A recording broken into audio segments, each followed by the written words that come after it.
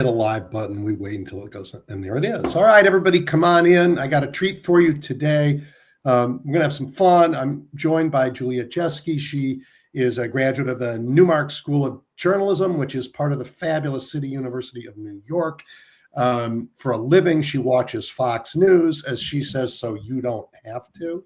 Her podcast, her Substack work, her brand, I don't really know what to call these anymore because it happens in so many platforms, is called Decoding Fox News. It's fabulous, it's fun, and it's serious too. She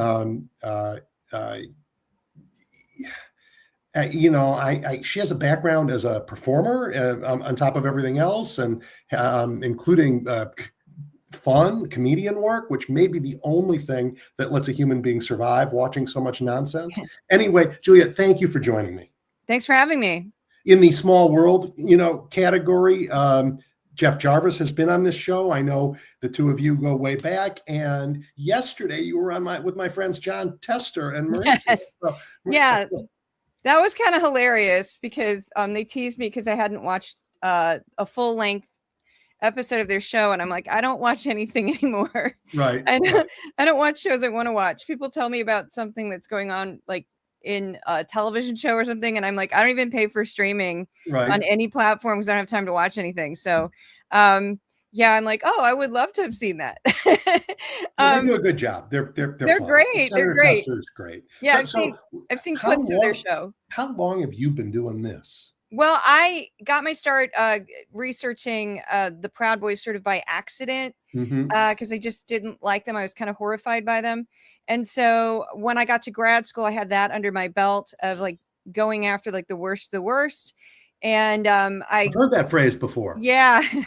I just signed my capstone, which is like a thesis about right-wing media. And I was comparing Tucker Carlson, One American News Network, and Nick Fuentes to this really happy-go-lucky morning television show on NBC, Morning News Now, and then PBS. And I did like a 3-month span, and I went over like what they were saying, how they were covering things, found a lot of overlap between Carlson and Fuentes, and that was back in 2020 and 2021. So that was very scary that now Tucker Carlson had him on his show and that was just horrifying. I'm like, called that.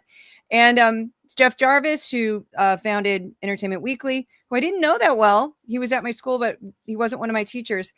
Loved my capstone within 48 hours of graduating. It's such a crazy story because I'm older, so I thought I was going to have a really hard time getting a job. He just goes, I'm going to get you a grant, but will you do this? But do it about Fox. And I'm like, let's go. So from February 2022 until right now, I've dedicated my career to basically being a media journalist of Fox News. And that's what I do now. And I watch a lot of Fox, probably minimum 15 hours a week, but usually more than that. I wanted to say thank you for doing that. Oh my God. For those of us who don't watch it all the time, can you explain, and I really mean this, it's not a crazy question, what is Fox News? Like, it is. What is it?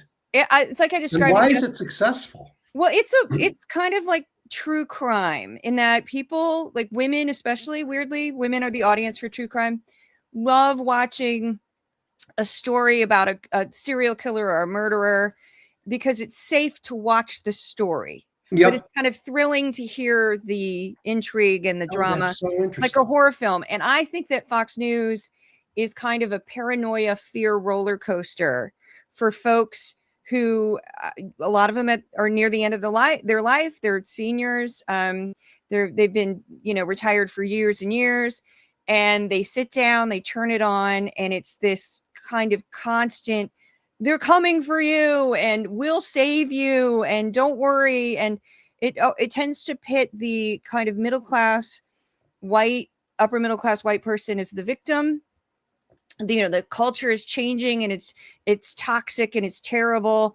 And we have to fight against this, horrible, evil culture. And it's kind of like I call it the roller coaster of paranoia, because you lock in, and it's like right off the bat, it'll be a story about like more crime in the inner cities, and they'll just find anything, blow it up, and they'll take the same footage like, here's an example. That poor Ukrainian, there was a Ukrainian immigrant who was murdered on a light rail train in South Carolina. And Fox just showed that on a loop over and over and over. You know, they would cut the worst part of it, but they would show the crime over and over again for days. You know, just this idea of like terror. They're coming for you. I mean, I live in Chicago, and I live in Chicago. I raised 3 kids in Chicago. Live and love it. And sometimes I'm out not in Chicago, and I just talk to people, and they're like, Yeah. "Hey, you live in Chicago? Yeah. How can somebody like you live in Chicago? Is it safe?" I'm like, you know what? Change the channel. Like, yeah. Yeah, they say that about New York too all the time. And New York has I live in Brooklyn, and New York has one of the lowest rates of violent crime per capita in the country. It's Right. it's incredibly safe city. And I used to live in Chicago. I lived in the Andersonville, in Edgewater, and a couple different neighborhoods. But Yeah. I went to college, undergrad there. So Nice. and Chicago's beautiful. It's a beautiful city. It has areas that have high crime, just like New York has areas that have high crime. And we'd love it to have less crime. But on a per capita basis, Chicago doesn't even make it into the top 20 usually. No. But And Fox viewers think it's an incredibly unsafe place to live. Yeah, because it's all about hype. And in New York, because you have 8.4 million people, you can always find a crime story. Sure. So you could slap that on and just scare the bejesus out of people. When in reality, the most dangerous cities are usually my hometown of St. Louis, Baltimore, New Orleans, Detroit. Usually it shuffles around. Washington, D.C. Like per capita. And DC is complicated because like it should really be its own state. But because it has it's governed by the feds, they have all kinds of problems. I don't blame the local government at all for the problems in Washington, D.C. That goes back years. Your insight about Fox being like the horror show, like the suspense show, is interesting. I would have thought it's more like sports. You know, the amp, the hype, it feels like a football show when I watch it, but I don't watch very much. Yeah, I think it's more horror show, and I think that's interesting. People like it's like reading a thriller novel. It's like reading. It's like watching true crime. It's like buckle up, and the other thing that they do very well is at the same time that they're scaring the heck out of grandma or grandpa or your uncle with crime and migrants taking over and trans people, everybody's going to go trans and they're going to take your kids and make them trans. That's another frequent theme. At the same time, they're pushing all of this. They really promote the idea of like, we're a family here at Fox, and they use the same hosts over and over again. They'll shuffle them around. And they use that term family. And, it's again, this return to another thing that they promote a lot is a return to like the good old days of, oh, remember when, I just remember when people just said marry. Like right now, I was talking about this last night with my sister, the whole war on Christmas.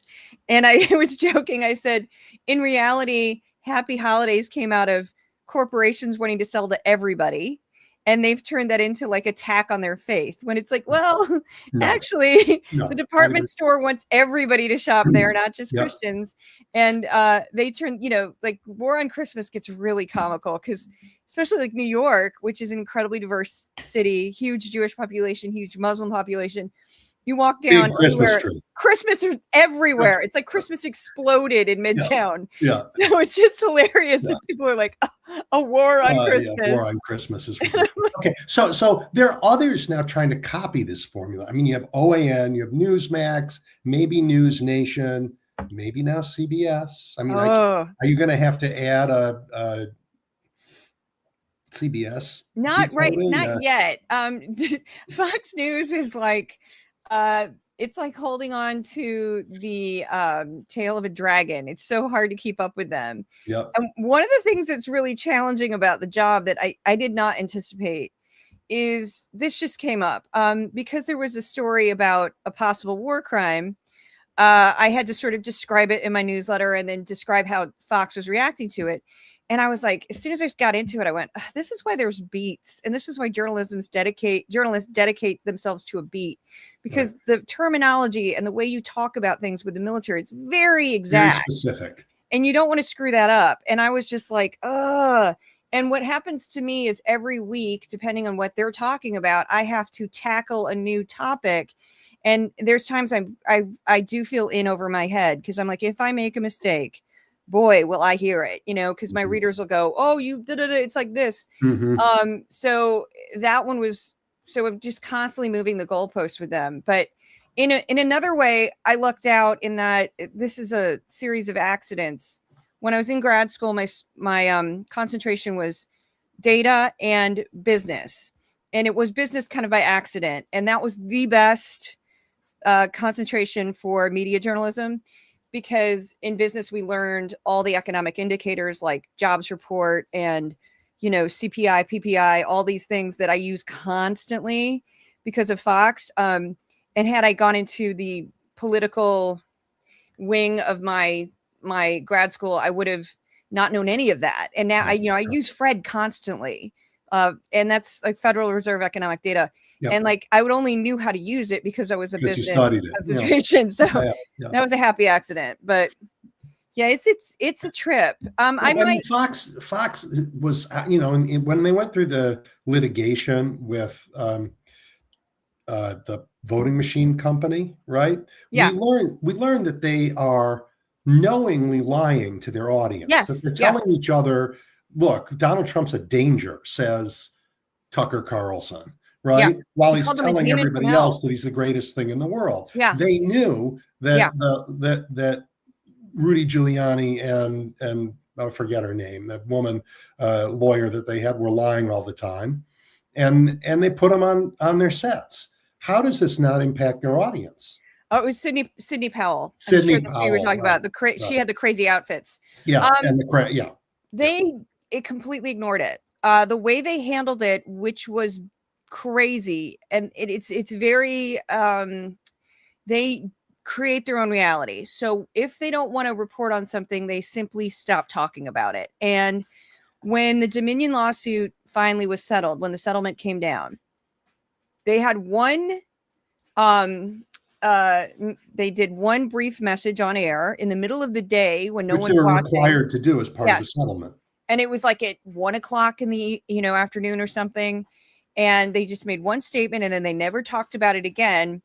And they never brought it up. They never talked about the lawsuit before it was finished, which that's wise. I mean, most companies wouldn't talk about it because that's obvious. But then they never talked about it since. And there've been times when they've hinted, like they've said, oh, we've been attacked, but they don't say Dominion. They don't say lawsuit. They're also facing which is, I have it stacked next to me. I have a court statement that's 500 pages long next to me. They're still facing a $2 billion lawsuit from Smartmatic. So, which is moving slowly through the system. And I think what happens is that their people just don't know things are going on. So they only pick it up when people like me and other people online call out and say, they had to pay this settlement. And they're like, what? They don't even know. Yeah, it's hard to break through because they're very loyal, right? And they're less likely. There's a study that Fox News viewers are less likely to turn the channel. And a typical news consumer will watch one show on MSNBC or CNN, turn the channel, watch something else, watch scripted programming, reality TV, sports, whatever. Fox News viewers keep it on all day, which is like a cult. They just can't take it off. So even though it's the same stories over and over and over. Do you think OAN and Newsmax and CBS think that there's a bigger audience of people who think like that and they're going to get them? Or do they think they're going to take normal people and turn them into these cults? I think in the case of OAN, which is hilarious because when I was watching them, they had like no budget. It was just like I used to joke their episodes cost $36.50. In like $36, like they were so low rent, and they would use the exact same script, kind of move the stories around a little bit to the next hour. It was just like they put no effort, and they're so bad that they had one of my favorite OAN moments was they had a woman who couldn't pronounce silo because she was like a silo, and so she was talking about grain silo, and she said silo, and she did it like more than once, and there's no producer going in her ear going silo. I mean, that's how bad they were. I think OAN, from what I know, is like a billionaire's dream to like want to build his own network. I think they're just trying to steal people from Fox. Yeah. I would say the same of Newsmax, because Newsmax is a little bit less, like, again, a little bit more lower budget, a little bit hackneyed. CBS, I think it's just the brother Ellison family or man who bought that. Yeah. He's a conservative, and I think and CNN tried to briefly do this, and it was a fiasco. They tried to like move center right, and then there's no audience for that. So the center right that doesn't like Trump has gone straight towards the other end. They don't want to watch any of that crap. They might be watching Lincoln Square. They might be, I have a lot of my followers who are former Republicans, or what they would call themselves moderate Republicans who don't like Trump. I have a lot of people in that realm. They watch The Bulwark. They don't watch. Yeah. I think that I don't really know what CBS is thinking. I think they're going to lose a lot of market share, but we'll see. We'll see. And the Erica Kirk thing was weird because the day that they had their big Erica Kirk, Fox had her on the entire week. And it was just one right after the other of Erica Kirk. Fox had like an Erica Kirk, celebration. Bless their hearts, as they say. Yeah. Erica Kirk, God bless her. She's not going to, irrelevant to our country. So how is Fox News, has it changed at all in the time you've been watching it? Has it, it's gotten more, that's a great question. I mean, Donald Trump, it's easier when he's out of office. Mm-hmm. When he's in office, there are a whole bunch of things they can't talk about, I guess. Yeah, they got far more. When I first started in 2022, they were hedging their bets. I think they were kind of hoping it wouldn't be Trump again. They were pushing DeSantis a lot, and I think they were really kind of hoping they wouldn't have to go through this insanity, because he's just so hard to cover. Even if you are pro-Trump, it's just exhausting because it's just a constant stream of crazy. Mm-hmm. And another press conference and another town hall and another meeting and another 3-hour cabinet meeting, and it's a lot. And they solidified and became very, very pro-Trump. And they've now, since he has I think over 30 on-air talent from Fox now work in the White House in some capacity or in the cabinet, and then there's a bunch of former Fox people who are currently former Trump people who are currently on Fox. So they've turned more just straight up, unabashed, unapologetic propaganda arm of the Trump administration, much more so than they were 3 years ago. This past couple of weeks have been very exciting, as I said yesterday, in that they are in panic mode. They are panicking because they can't control him. And the way he is messaging about the affordability crisis is not great. And they know that. And so they are doing things, and this is exciting to cover because it's fun as a journalist to cover this, because my audience goes crazy for it, is they're doing things like turning directly to the camera going, you know what, if I would tell the president that, calling this as a hoax is a bad idea, because, it's not a hoax. People are feeling it. They're feeling it, and I'm like, whoa. And then he did that rally in Pennsylvania, which I've gone through the whole thing, and he was very much saying the same garbage of prices are down. And he just kept saying that. And I'm like, they're not down. And you don't need to buy dolls. And you don't need pencils and whatever. The pencils and doll thing was the austerity line is that's never going to work in this country. That's Jimmy Carter, because Jimmy Carter kind of, wear a sweater when it gets cold and you get in trouble for it. A brilliant, brilliant man, but he did make some mistakes when he said, wear a sweater when it gets cold. I love Jimmy Carter. He was a icon in many ways, but he did make some mistakes. And a very good man. Yeah. We were so lucky to have him as a human, just in general. Mm-hmm. But he did make some mistakes when he was president, and that was one of his flaws. They all do. They all say things that you're like, oh, don't say that. But Trump says it on an hourly basis. So the gap between reality and what comes out of Donald Trump's mouth has gotten bigger and bigger and bigger. Yeah. As he gets more and more detached from the world. And I guess what you're telling me is the Fox guys are trying to tether him to reality in some way. And it's stretching them too thin. I mean, so they changed the subject. I mean, the State Department and the Defense Department have had some terrible news lately. I mean, they've been appalling and awful and killing people. And we're moving towards war in Latin America. We boarded and captured a tanker, but they want to talk to us about changing the official font. Yeah, it's so Like, dumb. There's so many layers of dumb. I mean, this week they started off panicking about the last week was the last half of last week was full panic about the affordability crisis. The first half of this week was panic about the affordability crisis. Then midweek they pivoted and decided we're just going to talk about Venezuela and the border. And now they're recycling stuff about the border, like to try to remind their viewers, like, look at how great Trump is. So they're trotting out all this stuff about, remember how bad the border used to be, and look how great the border is now. So they're doing all this weird border stuff that's not relevant because it's old.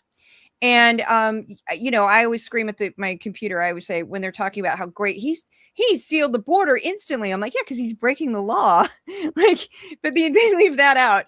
But they always say that, and they were talking about that, and now they're just talking about like Venezuela, and I'm like, I don't know how many Americans want to send their kid to die in Venezuela. So I don't know. I don't think they've sold that very well. But they are hyping war in Venezuela. They're very much hyping it. Yeah, they're hyping it as if like it's a very strange way they're handling it, because they were trying to make it about drugs, and now that's kind of obvious that it's not just about drugs. And they just act like, well, we have to do this. Well, it is about it. It's about the most important addictive drug in the world. It's about oil. Yeah, oil. But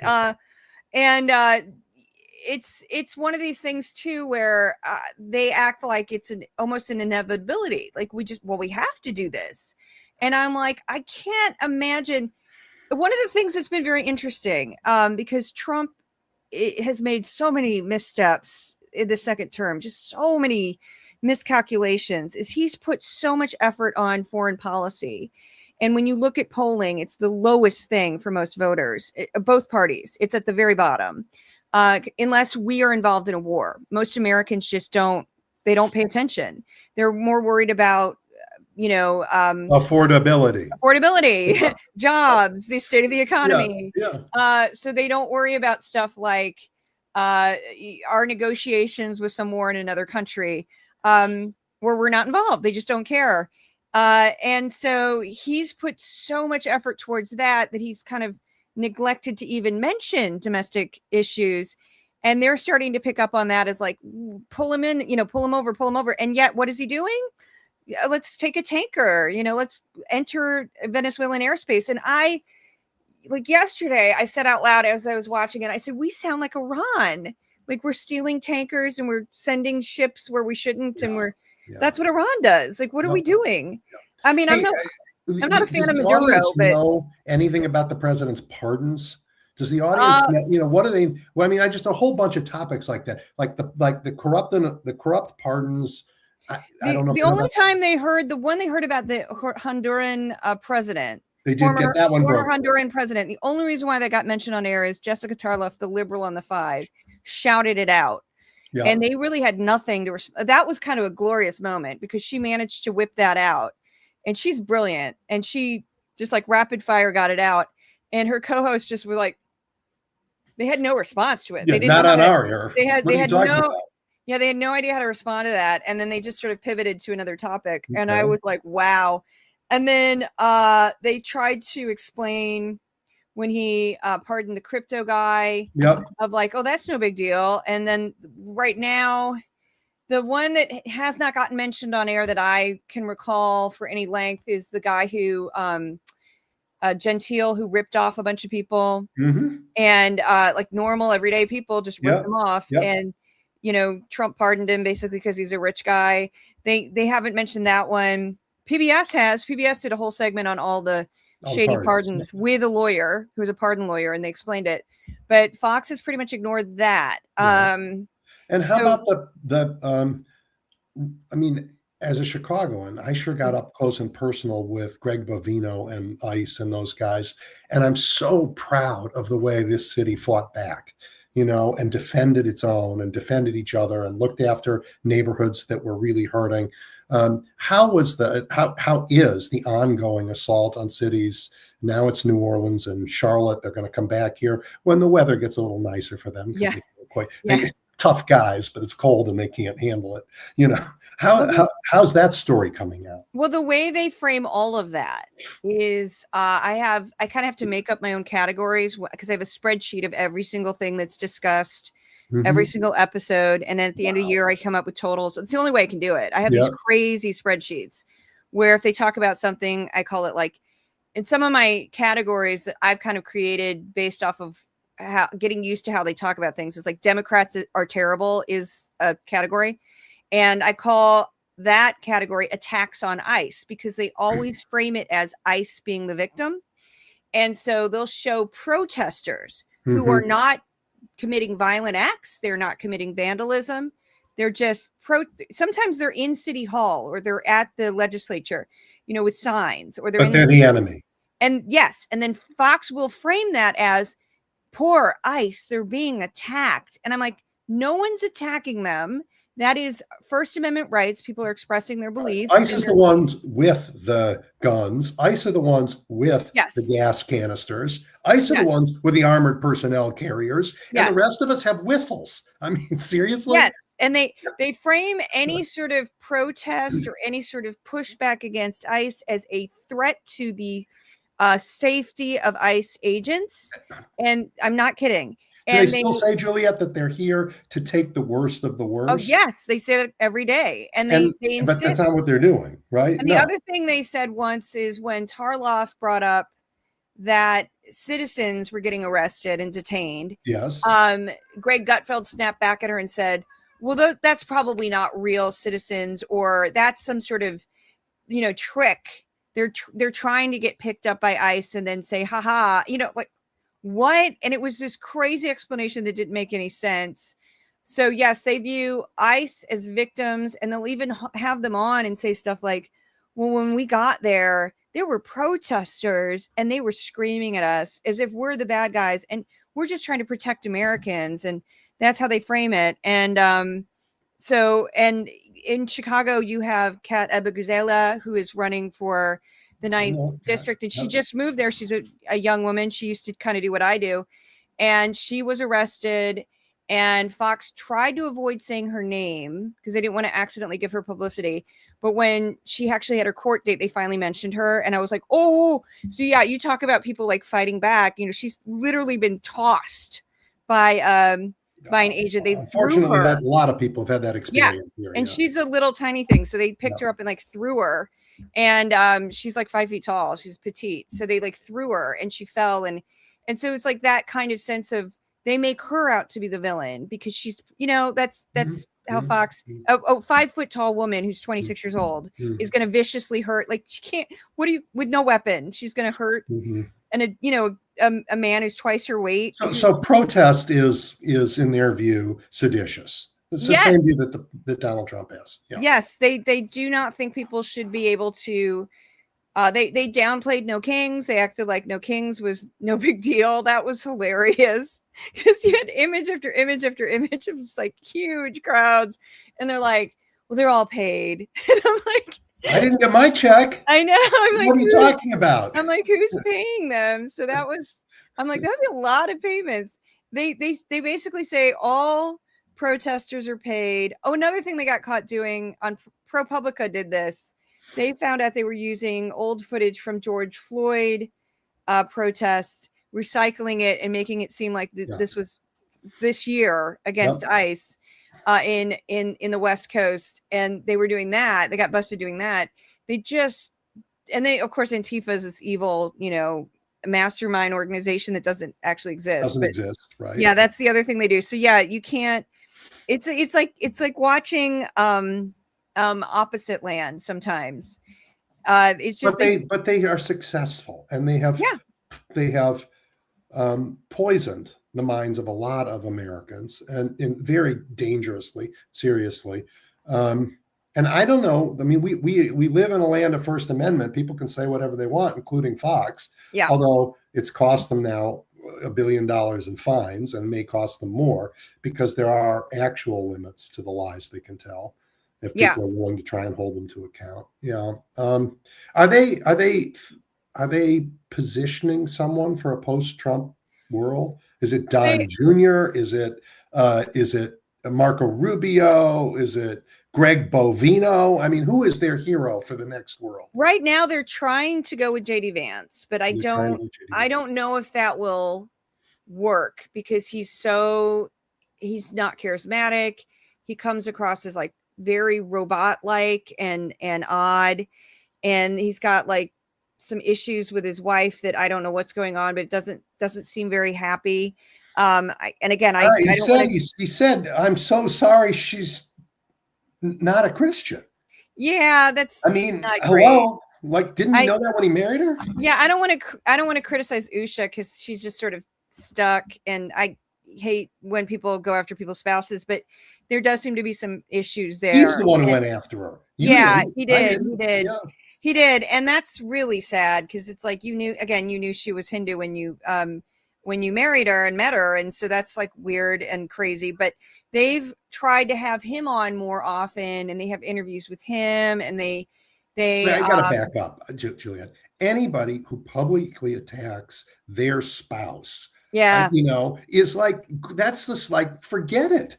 I mean, a lot of Yeah. people get divorced. That's fair. But you know what? You're married to somebody and you publicly go out and you attack your own spouse. When she's That a is as brilliant disgusting woman. a thing as I can imagine. Yeah, and she's an absolutely brilliant woman and incredibly accomplished too. So it's not like she just, I mean, she Well, was. she's capable of some mistakes. She Yeah, married him. well, obviously, I mean, Yeah. I'm a divorced person, so that's probably why I'm a little bit like, we all make mistakes with partners.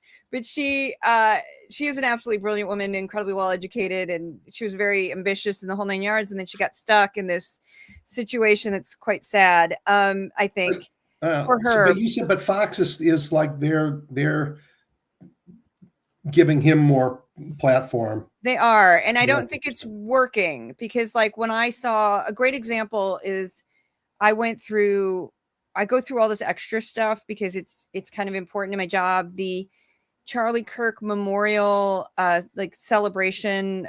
I don't know what you'd call it.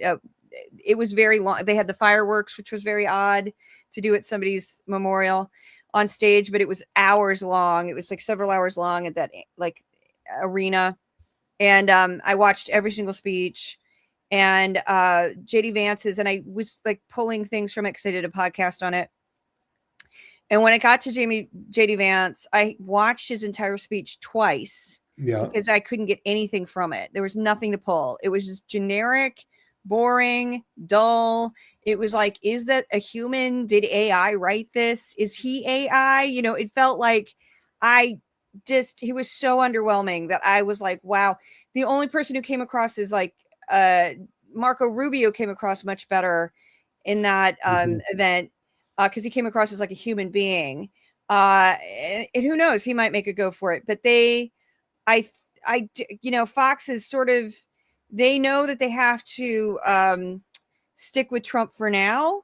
I do think the network would throw him under the bus if they felt like they had an alternative, if they felt there was an out, if they felt they could keep their audience, keep their market share, keep their ratings, keep their income, and maybe go with JD Vance if something happens with Trump. Yeah. They would do it. Their alternatives. I know. Look, we are over time, but I want to ask you one last thing, and it's related to the Charlie Kirk. It's related to how they've dealt with what happened to Charlie Kirk.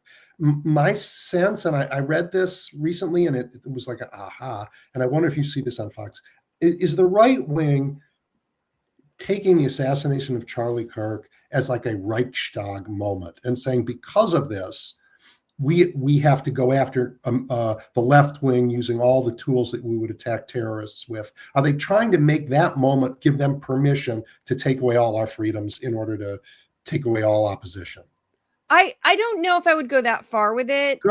Having watched as much of the Charlie Kirk coverage as I have, they've definitely taken it as, they're trying to turn him into a martyr, which they definitely have done, and keep his organization going with his widow.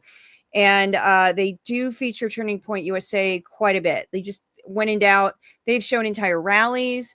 They do story after story after story with people from Turning Point USA, where they come on and how's the organization going?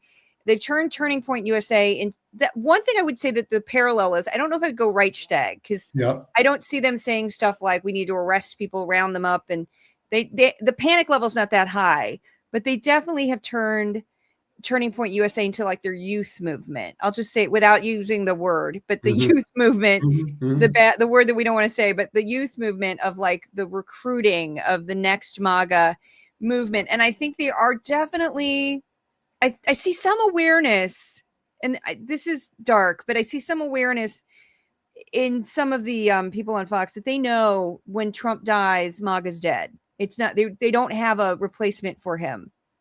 And because he's the cult of personality. And I think they know that. So they're trying to go with, well, if we build this foundation, will it help us? Yeah. We can keep the conservative movement going, maybe not MAGA. I think they know that when they lose that clown, P.T. Barnum type character, I hate to say clown. I don't want to insult clowns, but I hate to insult the memory of P.T. Barnum, but that huckster, when they lose that huckster, it's all going to fall apart. So, yeah. Thank you. Hey, look, I am a big fan. I think your work is appallingly hard to do.